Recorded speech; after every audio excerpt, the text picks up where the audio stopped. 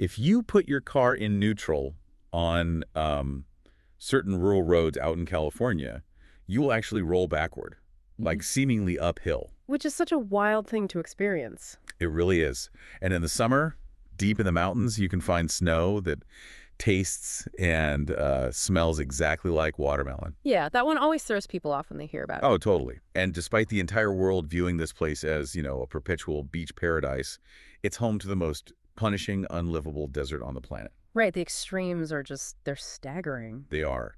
So, welcome to the deep dive. Today, we are looking at California. We usually think of it as this Hollywood facade, like a highly edited postcard of palm trees and celebrities. Exactly, that's the stereotype. But the reality, based on the sources we're diving into today, a first-timer's guide, a top 10 breakdown, and a list of 31 surprising facts, is that California is a geographic freak of nature. And it has, quietly and loudly designed the modern world that you and I, and everyone listening, live in. It really is a place that defies summary. I mean, when you actually dig into the raw data, the history, the topography, you realize you aren't really looking at a state. What do you mean? Well, you're looking at a massive, incredibly diverse micronation. The physical landscape itself is just so extreme that it's forced a very specific kind of economy and culture into existence. Like it dictates how people live. Exactly. You really can't understand modern global culture, the technology you use, the clothes you wear, the food you eat, without understanding the underlying mechanics of California. Okay, let's start with that scale then, because Yep. I think the map kind of plays tricks on us. It looks like just another slice of the West Coast, Mm-hmm. but the population numbers tell a completely different story. Oh, absolutely. The population is massive. Right. There are 40 million people living within those borders. Yeah. That is 1/8 of the entire United States population. Which is hard to even wrap your head around. It is. To give that some human scale for you listening, if California were to just, close its borders tomorrow, it would still have more people than the entire country of Canada. Wow. Yeah, and physically, it's the third largest U.S. state, Yeah. behind only Alaska and Texas. But honestly, it's not just the total square mileage that matters here. There's the contrasts, right? Yes, the contrasts packed inside of it are mind-boggling. Take San Bernardino County in the southern part of the state. It covers nearly 20,000 square miles. 20,000 square miles for a single county. Yeah, making it the largest county in the entire country. You could literally fit several New England states inside it. That is insane. But then share a border with that same massive infrastructure and you'll find Alpine County up in the Sierra Nevada. Let me guess, it's tiny. Well, it's roughly 465,000 acres, which is mostly dominated entirely by mountains and national forests, and it holds the smallest population in the state. How small are we talking? Just over 1,000 people. 1,000 people. Wow. So that massive variation in land essentially breaks the climate because you're spanning so many latitudes and elevations. You're packing like 3 or 4 different planets into one state line. The geography absolutely dictates the weather. I mean, if you are down at sea level in the southern deserts, the surrounding mountain ranges create this rain shadow effect. A rain shadow. Yeah, basically blocking moisture and trapping heat, giving you that blazing, punishing desert environment. Right. But drive just a few hours up into the Sierra Nevada, and the elevation forces the air to cool and condense, creating a literal subarctic climate where the snowpack lasts all the way into the summer. And even the coastlines don't act the way you'd expect them to. Southern California, places like Los Angeles are famously warm and sunny all year. Right, the classic California image. Exactly. But if you drive up the coast to Northern California, to San Francisco, you're suddenly like freezing in a hoodie in July. That is driven entirely by the ocean currents. So the California current brings this freezing cold water down from the Gulf of Alaska. Okay. And when the hot inland air of the Central Valley rises, it pulls that cold, moist air right off the Pacific, dragging it straight through the Golden Gate Strait. Oh, so that's what creates the fog. Exactly. That creates San Francisco's notorious bone-chilling fog and that constant wind. The landscape basically acts like a giant atmospheric vacuum. Which means packing for a road trip, there has to be a logistical nightmare. I mean, you can start driving along Big Sur, taking in 90 miles of this rugged, dramatic coastline between Carmel by the Sea and San Simeon, surrounded by ancient A redwoods. beautiful drive, by the way. Oh, I bet. And then you turn inland, drive a few hours, and you're at Lake Tahoe, a massive alpine lake straddling the Nevada border. Right. You can literally stand in Squaw Valley at the exact spot where they hosted the 1960 Winter Olympics, looking at snow-capped peaks. And that sheer collision of these ecological zones is what creates pockets of natural phenomena that frankly border on the alien. It's a landscape that constantly pushes the limits of physics and biology. Okay, speaking of pushing limits, I have to stop you here because I was looking through the environmental data for this deep dive, and I saw a note about watermelon snow. Ah, yes. The watermelon snow. I read it 3 times. Pink snow that smells and tastes like fruit. I have to explain this thing because pink, fruit-flavored snow in a subarctic climate sounds like a coordinated prank. I know, it does sound completely fabricated, but it's a very real biological mechanism. If you hike up into the high altitudes of the Sierra Nevada during the summer, you will see snowbanks that are visibly pink. So it's not a chemical spill. No, not at all. It's actually a bloom of microscopic green algae called Chlamydomonas nivalis. Wait, green algae makes the snow pink. Yes, and it's because of how it survives. At that extreme altitude, the UV radiation from the sun is incredibly intense, especially when it's reflecting off the bright white snow. Right, like getting sunburned while skiing. Exactly. So to protect itself from getting essentially sunburned, the algae produces a red pigment called astaxanthin. It acts as this natural microscopic sunscreen. And when millions of these organisms bloom together, they dye the snow pink. And as a bizarre byproduct of their chemical makeup, they emit an odor and have a flavor that perfectly mimics fresh watermelon. That is absurd. I don't think I'm going to eat the high-altitude algae snow, but the evolutionary adaptation is incredible. Yeah. But California doesn't just do weird colds, right? It holds the ultimate record for heat. Death Valley. Oh, yeah. Over 3 million acres sitting in the Mojave Desert. In July of 1936, the temperature recorded at Furnace Creek in Death Valley hit 134 degrees Fahrenheit. 134 degrees. Yeah, and that remains the highest ambient air temperature ever reliably recorded anywhere on Earth. But how does it even get that hot? I mean, the sun is the same sun hitting the rest of the desert. Well, it's all about the topography again. Yeah. Death Valley is a deep, narrow basin dipping down to 282 feet below sea level. Okay. The walls of the valley are these steep mountains, so when the sun heats the desert floor, that heat radiates upward, but the mountain walls trap it. So the heat can't escape. Right. The air cools slightly as it rises, then falls back down into the valley, getting compressed and heated even further. It is a continuous geological convection oven. That sounds terrifying. Even on a standard summer day, it averages well over 120 degrees. And what's truly remarkable is that humans have actually inhabited and built in it. Really? Who would live there? From the Timbisha Shoshone tribe, who have been there for centuries, to historic landmarks like Scotty's Castle, the Wild Rose charcoal kilns, and Zabriskie Point. So the landscape is literally cooking itself. And it's doing it from below the ground, too, isn't it? Because Sonoma County has the world's largest geothermal field. Yes, the geysers. Right. The magma is so close to the Earth's crust there that native tribes were using the venting steam for healing baths for like 12,000 years before anyone ever thought to build a modern power plant. And that geothermal activity is a direct symptom of California's volatility. The entire state sits right on the boundary of the Pacific and North American tectonic plates. So lots of friction. Exactly. That grinding friction is what creates the heat, the mountains, and of course the earthquakes. The state experiences over 100,000 earthquakes every single year. Wait, 100,000? That's hundreds a day. It is, yeah. But the vast majority are so feeble, they only register on sensitive seismographs. You'd never even feel them. Oh, okay, phew. But that constant seismic tension is the architect of the state's beauty. I mean, you don't get the dramatic cliffs of Big Sur or the towering peaks of the Sierra Nevada without the earth violently pushing rock upward. That makes sense. And it's that dramatic topography that allows for the giants. California has 9 national parks, which is the most of any U.S. state. It's an outdoor paradise. Right. Yosemite alone is a 1,200 square mile fortress of granite and waterfalls, though the human behavior around it is pretty funny. Oh, you mean how everyone just clusters together? Yeah. Out of the roughly 4 million people who visit Yosemite every year, the massive majority essentially refuse to leave an 8 square mile patch of valley floor near Half Dome. Well, you know, people tend to congregate where the infrastructure and the iconic viewpoints are. But if you want to understand the true scale of California's biology, you have to look just south of Yosemite to Sequoia National Park. Okay.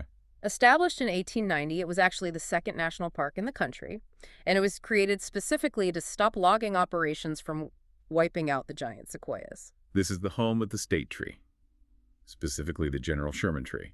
And I think the statistics usually fail to capture what this tree actually is. It's hard to visualize for sure. It is the world's largest living tree by volume. The trunk alone contains over 52,500 cubic feet of wood. It's 275 feet tall and over 36 feet in diameter at the base. Yeah, those numbers just blur together for most people. Right, so I was doing the math on that 52,500 cubic feet. If you could hollow out the trunk of General Sherman, you could comfortably park an entire Boeing 747 fuselage inside of it. Oh, wow, really? Yeah, or if you filled that volume with water, it would be enough to supply an average suburban neighborhood for an entire year. It is a skyscraper made of living wood. That really puts it in perspective. And before we move past the physical landscape, we have to address the gravity hills, since you mentioned cars rolling uphill earlier. Yes, there are spots in California where you can put your car in neutral, take your foot off the brake, and you will seemingly roll backward up a steep incline. It feels like the laws of physics are just, suspended. It's such a brilliant trick of the terrain. It's an optical illusion created by the specific topography. So gravity isn't actually broken. Sadly, no. In these spots, the horizon line is completely obscured by surrounding hills or trees. And without a clear horizon, your inner ear and your eyes lose their primary frame of reference for what is truly flat. So your brain gets confused. Exactly. A slight downhill slope gets contextualized by the brain as an uphill incline because the surrounding landscape is tilted at a sharper angle. Gravity is working perfectly normally. Your brain is just being hacked by the geography. I love that. The landscape is literally playing mind games with you. So it makes complete sense that a landscape that tries to freeze you, bake you, shake you, and trick your eyes on a daily basis would filter for a very specific type of human being. You have to be tough to thrive there. Exactly. You do not survive in a place like that unless you are stubbornly innovative, which perfectly explains how California went from a rugged frontier to a state that was the first to reach a $1 trillion GDP. The environment absolutely necessitated resilience, and history rewarded it. I mean, long before European contact, this diverse, resource-rich, land-supported, complex Native American tribes, the Quechan in the deserts, the Maidu and Pomo in the valleys, the Hupa in the north. A huge diversity of cultures. Right. And fast forward to 1846, and you see that rebellious independence streak really manifest when California actually declared itself an independent nation. The California Republic. Wait, they're their own country? Yep, for about 1 month anyway, before U.S. military forces occupied the area. By 1850, it was admitted as the 31st state. That was fast. It was. But the catalyst that permanently altered the global trajectory of California was the gold rush. It triggered one of the largest mass migrations in human history. And that's the origin of the state motto, right? Eureka, which is Archimedes' Greek phrase meaning, I have found it. Yes. And that phrase perfectly encapsulates the state's DNA. It's this relentless pursuit of discovering something new and immensely valuable. Which brought in a ton of money. Oh, unprecedented physical wealth. The gold rush poured money into the region, specifically San Francisco, which brings us to a fascinating economic anomaly. Let's hear it. During the Great Depression, while the rest of the country's banking systems were completely collapsing, not a single local bank in San Francisco failed. Hold on, how is that possible? A worldwide economic depression is ravaging the globe, and San Francisco banks just brush it off. It wasn't just luck. It was a completely different financial foundation. Back east, the banking boom of the 1920s was built heavily on paper speculation, stock market gambling, and highly leveraged loans. Right, a house of cards. Exactly. But San Francisco's wealth was still heavily tied to massive physical reserves of gold and silver from the mining industries, alongside vast agricultural holdings. Real, tangible assets. Yes. Furthermore, institutions like A.P. Gianni's Bank of Italy, which, by the way, later became Bank of America, they had pioneered this massive branch banking system. How did that help? By spreading small branches across diverse agricultural regions, they insulated themselves. If one town's crop failed, the bank didn't collapse because 50 other towns were still depositing money. Their capital was tangible and diversified, not speculative. They literally built a firewall of gold and almonds around their economy. That's a great way to put it. And speaking of almonds, the pivot from mining to agriculture is staggering. When the gold started drying up, they realized the Central Valley's Mediterranean climate, hot, dry summers and cool, wet winters, was an agricultural gold mine. It really was. Today, California is the almond capital of the world. Almonds are the state's top agricultural export. They basically turn the dirt into gold. And that pivot fundamentally changed the state's identity. In the early days, California was the grizzly bear state. That's why the California grizzly is still on the state flag. All right.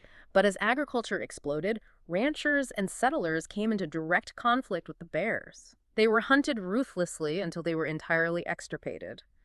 A wild grizzly hasn't actually been seen in California in over a century. That's so sad. It is. So the state shifted its moniker. It became the Golden State, focusing on sunny skies, agricultural abundance, and economic opportunity, rather than the wild beasts it had conquered. It's a bit dark that the animal on the flag was eradicated by the people waving the flag.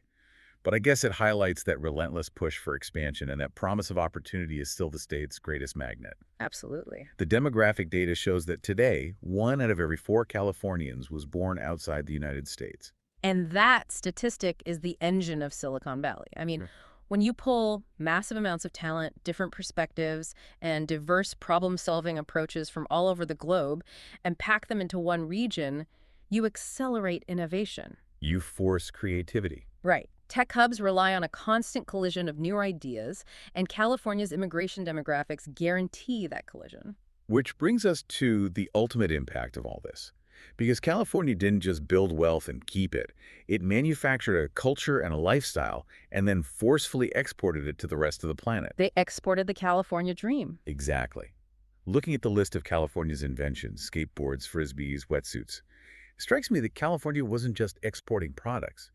In the post-World War II era, they were exporting the radical concept of leisure time to a world that was used to strict factory life and formality. That is a phenomenal way to frame it. California basically commodified recreation. They established themselves as the global land of invention for casual living. Yeah. But their influence goes back even further to the very fabric we wear.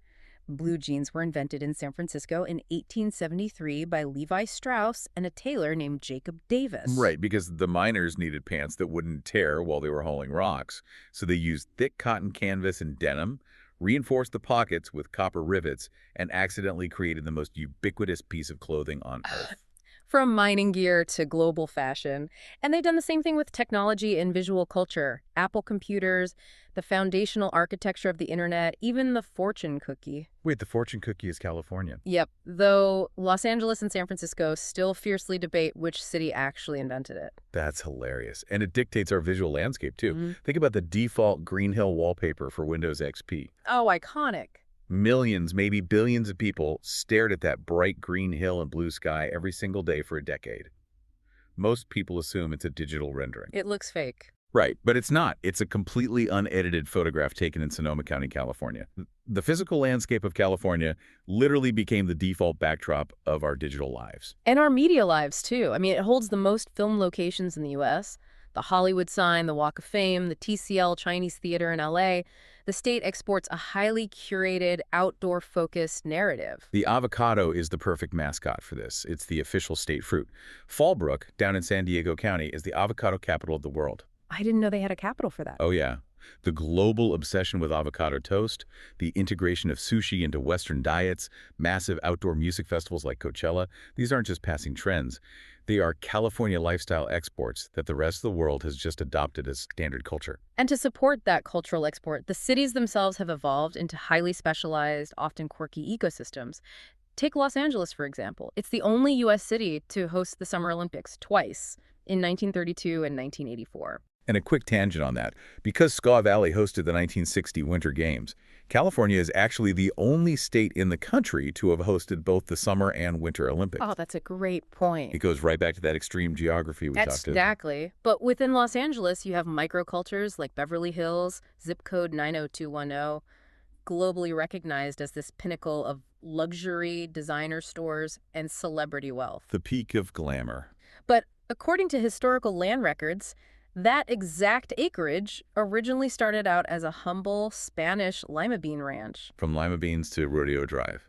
That is the ultimate California trajectory right there. It really is. And then up north, San Francisco operates on a completely different set of demographics. It's notoriously known as the City of Dogs. The 2016 census and animal control data show that there were only about 115,000 human children living within the city limits. That seems low. It is, especially compared to an estimated 120,000 to 150,000 dogs. The urban layout, the tech worker demographics, and the astronomical high cost of living heavily skew the population toward pet ownership over raising children. That makes sense when you think about it. Right. Then you have places like Palm Springs, which transformed from a remote desert outpost into a post-WWII sanctuary for celebrities fleeing the paparazzi.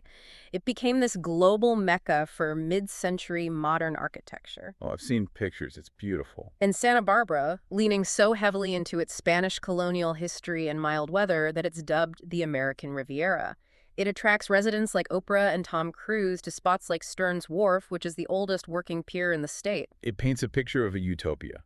But, we have to ground this because living inside this exported California dream comes with friction. Intense friction, yes. The reality on the ground is fraught with modern challenges. The cost of living is notoriously prohibitive, driven by a housing market that has far outpaced development. Not to mention the traffic. Oh. In the major urban centers, severe gridlock traffic is a daily psychological and economic drain. And the physical landscape hasn't stopped being volatile either.